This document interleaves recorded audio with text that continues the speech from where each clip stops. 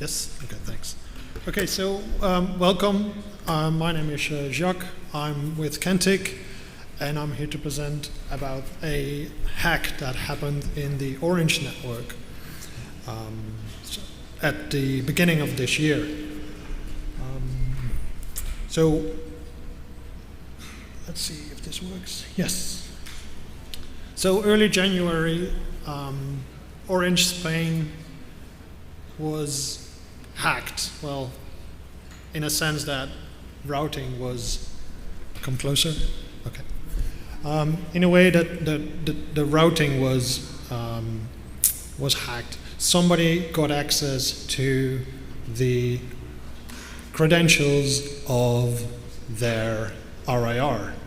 And so we're going to talk about routing security, about BGP security, about RPKI. And I wanted to ask the audience here, who has never heard about RPKI? Anyone dare to raise his hand? Luckily. Well, let's do a quick refresher, because it is important for this talk. It is important to know what RPKI is. So I'll do a quick refresh. RPKI is an infrastructure that can take care of routing security. And the most common form of the RPKI infrastructure is the ROV application, where you can do the route origin validation. Let me quickly get my notes in front of me. It's easier than looking back and forth all the time. This application allows you to create ROAs, and those ROAs basically describe in what AS number, in what network, that prefix should be originated. And routers can do a check on that. They can check whether or not the prefix they receive from their BGP neighbor is originated from that ASN that it should be originated from. And if it's not, it can render that prefix or that announcement invalid and either or not accept that in the routing table. So if we look at an example, so we have an example ROA here that basically says I am prefix 172.111.180.0/22. I have a maximum length of a /23, and my origin ASN is 3223. That is what I should be. If I see an announcement different than this description, render me invalid. So if a router receives an advertisement, like the first one in this example, that says, I am 172, blah, blah, blah, blah, /23, my AS path is originated in 9009, you do the check with the ROA, and then it renders invalid because the AS number, the origin AS number, is not the same as in the ROA. So it will turn invalid. The second example says something about the maximum length. You can configure the maximum length in that ROA, and this one is an advertisement from a prefix that is a /24 and is originated in the AS number 3223. Well, that is correct, because the ROA describes the origin AS number, which is correct, except for the max length. The max length should be maximum at 23. And in this example, we're looking at a /24. So this prefix, this announcement, will be rendered invalid because of the ROA describing it to be maximum as /23. In the last example, we'll see that the advertisement is a /23 with a origin ASN in 3223, and that is according to the description in the ROA. So this one will be valid. Make sense? Easy, right? So how are we doing with creating these ROAs? We can see, and it's not all too clear because of the beamer, I think, but the yellow line, the top line in the picture, is the Prefixes that don't have a ROA, so the unknowns, those are going down over time, so that's a good sign. The valids are going up, which is even a better sign, because people are creating ROAs, people are creating the right ROAs, doing the correct advertisements, so that is a good sign. The pie chart on the right-hand side says something about the internet volume, the traffic volume, and how much of that is being covered by ROAs, and how much of those ROAs are valid or unknown or invalid. So we see that a large amount of traffic is being covered. The red bit is not being covered, but a large bit of the traffic is being covered by ROAS nowadays. So that is going into a good direction. And that's all because of you as well, because you're working, you're operating your networks, you're creating the ROAS, and hopefully setting up your routing policies as well. But are we actually setting up those routing policies? Are we actually taking the validation status into account in our routing setup? So we've been looking into that, and we split this out based on the visibility of some of the prefixes that are out there. And for that we use route views, and they have vantage points all over the world. And those vantage points, we looked at static prefixes that are out there that have a certain validation state. And we split it out in IPv4 and IPv6. So the x-axis in the graphs says something about how many vantage points can see the prefixes. So the further on the right, the further the propagation of the prefixes, the more vantage points will see that prefix. The height says something about the amount of prefixes. So for v4 and v6, the not founds and the valid prefixes, you see that those are propagating far, far over the internet, which means that these prefixes are just being announced and re-announced and being propagating over the internet, and the vantage points will, they see all those prefixes. The green graph, on the other hand, is about the invalid. So the prefixes that are validated as an invalid announcement. And we actually should not see these. That would be the best. But we have vantage points, although not as many, but we have vantage points who see these prefixes, which means these prefixes are being re-advertised, they are being announced. People are re-advertising those prefixes. But it's on the left side of the graph, so there's not that many vantage points that actually see all the prefixes. So there are a lot of networks out there that are actually filtering the invalid prefixes, which is a good thing again. But again, there are networks that are re-advertising the invalid prefixes that don't have that routing policy set up, where they just ignore or drop the invalid prefixes.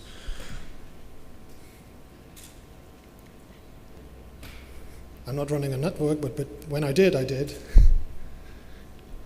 Not that many prefixes, not that many people, but it could be that we're not all operating networks. So, anyways, so what happened with Orange Spain? Nobody actually got access to their networks. People got access to their routing registry. People got access to the interface where they could create ROAs. In the routing registry. So they were able to log in to the RIPE portal, and create ROAs for Orange Spain. They did not have any ROAs. So the people who got access, they started to create ROAs. No traffic was changed, no personal data was intercepted. It was just about routing, whether or not the prefixes were advertised. So it was about accessibility of the services that they were providing.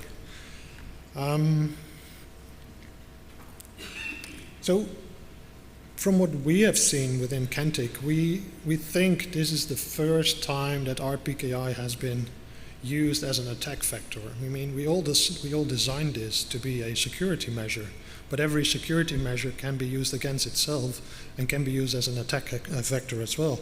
So we think this is the first time that we actually saw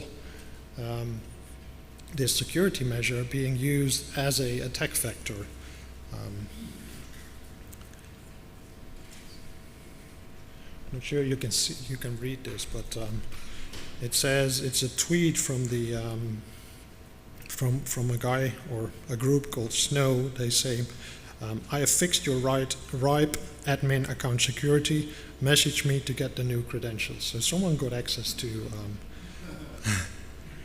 someone got access to a login they should not have access to, because it is dangerous. So why did Orange Spain suffer this outage? As said, Orange did not have any ROAS configured. So what they did, they created ROAS for a couple of the prefixes, /22, /21, /16. Nothing wrong, because they did the right thing. They configured the ROAS with the right origin, so not much happened there. Although there was a max length set on the prefixes. And that means that if there are any more specifics, those more specifics will render invalid, because there's no covering ROA for them. The attacker saw that and started creating ROAS for the max, for the more specifics as well. And they created a long list of prefixes with the maximum length of /23s. These all came out of that /16, which is in the first three up there. And they did this, but they missed one prefix, one more specific. So in essence, the beginning of this issue was only small, because it only happened to one of the prefixes. So the prefix that was missed was a /22, and in our monitoring in Cantic, in our platform, we can look at the announcements and the visibility of prefixes out there. Again, we use those route views, vantage points for that, and we see with the gap in this graph that the visibility of this prefix has been less than expected. It should be high. It should be like 199%, something like that, but it dropped significantly. So there's an impact on this. People started dropping this prefix because it was rendered invalid, remember? All the other more specifics, they were invalid for just a short while, because remember the three prefixes that they did first before they started adding the more specifics? We could also see that those were just rendered invalid for a short while. And also the ROAS have to propagate over the internet. All the validators out there, they have to receive those ROAS. So you see that there's only a short outage for those prefixes. And this is showing that that there's a propagation going on as well. So there's no immediate effect, but it takes a little while before all the validators, all the infrastructure starts acting on the change of the ROAS. So not much going on here. It even seemed like they were trying to fix this by creating those more specifics, except for the one that they forgot, and that has an immediate impact. But then they started playing. They really started playing with the ROAS, and they created ROAS with a origin ASN that is not Orange origin ASN. So they created ROAS with an origin ASN not being Orange ASN 12479, which is Orange.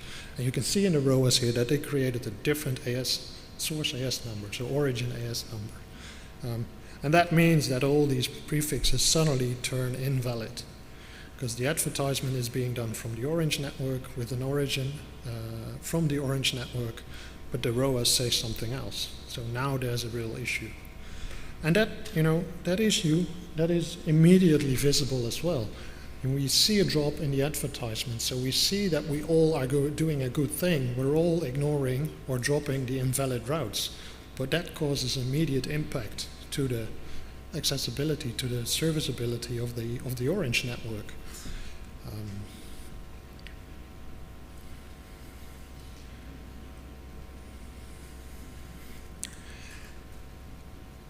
it took a while before Orange found this out, and they had to fix this because their services were unavailable. Users couldn't reach their whatever they were looking at on the internet, couldn't send their emails, whatever.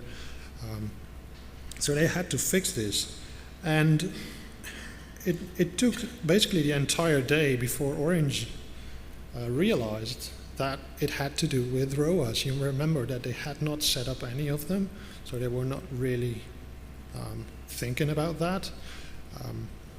So it took a while before they started fixing this issue. And I'm on the interesting part of the graph. Can this be moved? Can someone move the video? Because it's over the graph. It's the interesting bit of the graph. But it took a while. And here we go. Thank you. It took a while before they changed the prefixes, they changed the ROAS, they were trying to fix the ROAS, and we actually see that traffic is coming back. And that the visibility of those prefixes is coming back. So,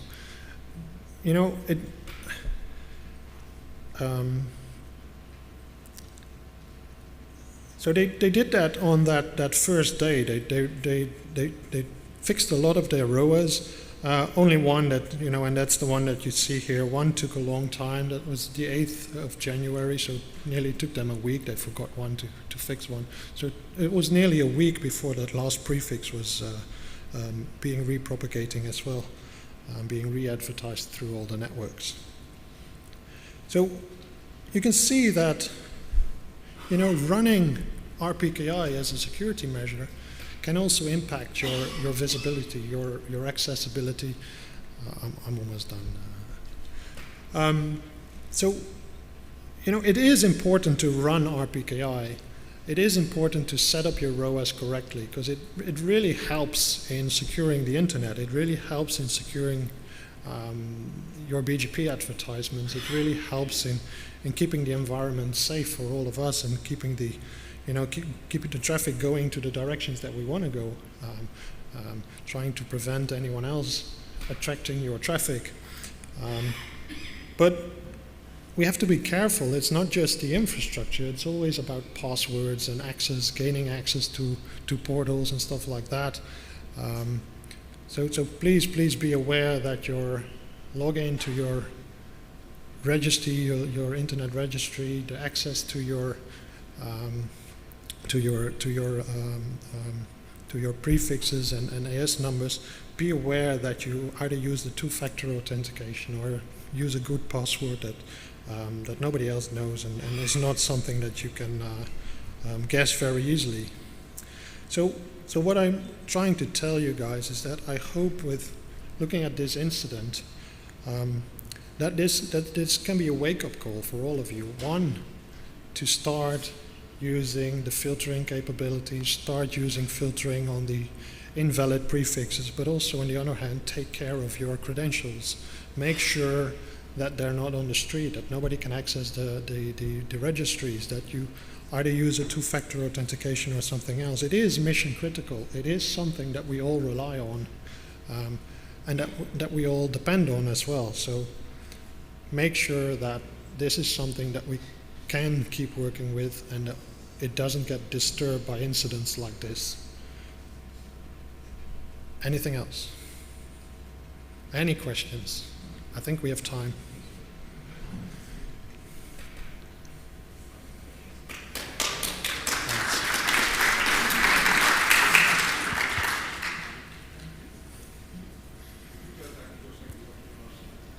Go back to this last slide. Oh, they're not there anymore. This one? Hi, my name's Alan Levine. I'm from AS37199. We're a small boutique ISP, so we don't have that many customers. But so when we get a customer that's a global telco, we try and provide them with the best possible service. And then we start getting complaints about our BGP is flapping. I think we would know if our BGP was flapping. So it was a bit surprising that their NOC was sending us continuous complaints about the BGP flapping until we worked out that it wasn't really our BGP, it's really their BGP in their network, and they're just using our circuit. So you can find the head of the network contact for this global telco on the right database, or that, in this case, even though it was a North American company, they happened to be on the APNIC database. And they're actually sending abusive complaints to us as a network provider because our network is rock solid, and they're continually complaining that, what's the problem? So I need to speak to the network contact. But it's impossible. In the old days, you used to be able to contact the people who run the networks. How can we, expect that our peers will continue to be responsible in their jobs? Yeah, I think it's a responsibility of all of us who are operating and managing networks to, we have the responsibility to act on reports that you are sending in. We're trying to build a stable ecosystem, and if there are networks that are not responding to complaints, they're not responding to any tickets that might be opened, or any, issues that are being sent to them. I think they should do a better job. We're all there. We're all using this infrastructure, and we all have that responsibility. I can't talk for that service provider, but I know I've been in your shoes. I've been in that situation where you don't get a response, which is really frustrating. And then again, it's really good to be out here, speak to your peers, get to know them, and have that personal contact with someone in that organization that can help you out there. So yeah, it's something that we all have to take care of and be cautious about. Yes.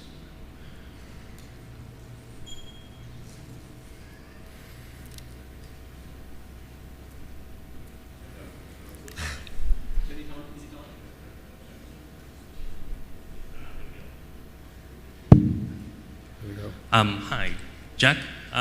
Great talk. Thank you. Thank you. My name is Nishal. I'm speaking with no hats on. I think, it's really important for people to understand that the primary issue here wasn't that they were hacked. It was a hack of the routing infrastructure. And for those that have been listening, that's been fairly clear. But the flip side of this is that the problem occurred because of RPKI. If we didn't have this thing called RPKI in the internet, then this would have been a non-issue, right? The fact that they had a weak password, I think the password was RIPNCC password or something like that. The fact that it was a weak password meant that they could have gone after internet routing registry objects or something different. But there's still a component of folks that say that this happened because of RPKI, and therefore RPKI is probably not something that you should be doing, or if you're doing it, be very careful because look what happened. Well, I think, in my opinion, and I think a lot of people with me, the impact of traffic being redirected to a different source than the original source, when you have an advertisement of a more specific from another ASN, that will redirect the traffic to somebody else, and then, they can do anything with that traffic. They can look at the payload, they can look into the packets, they can actually get information from users.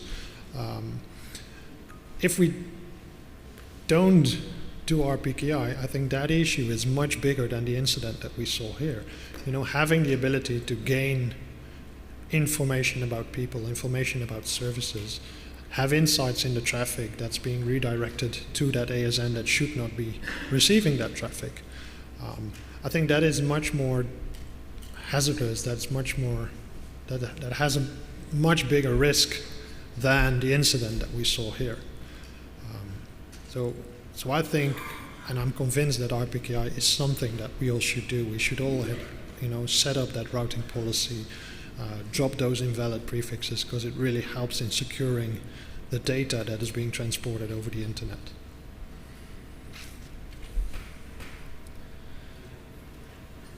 Okay. Do we have more questions? No? Thank you, Jack. Thank you.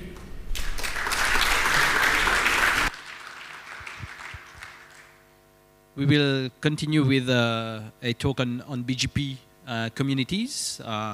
BGP communities.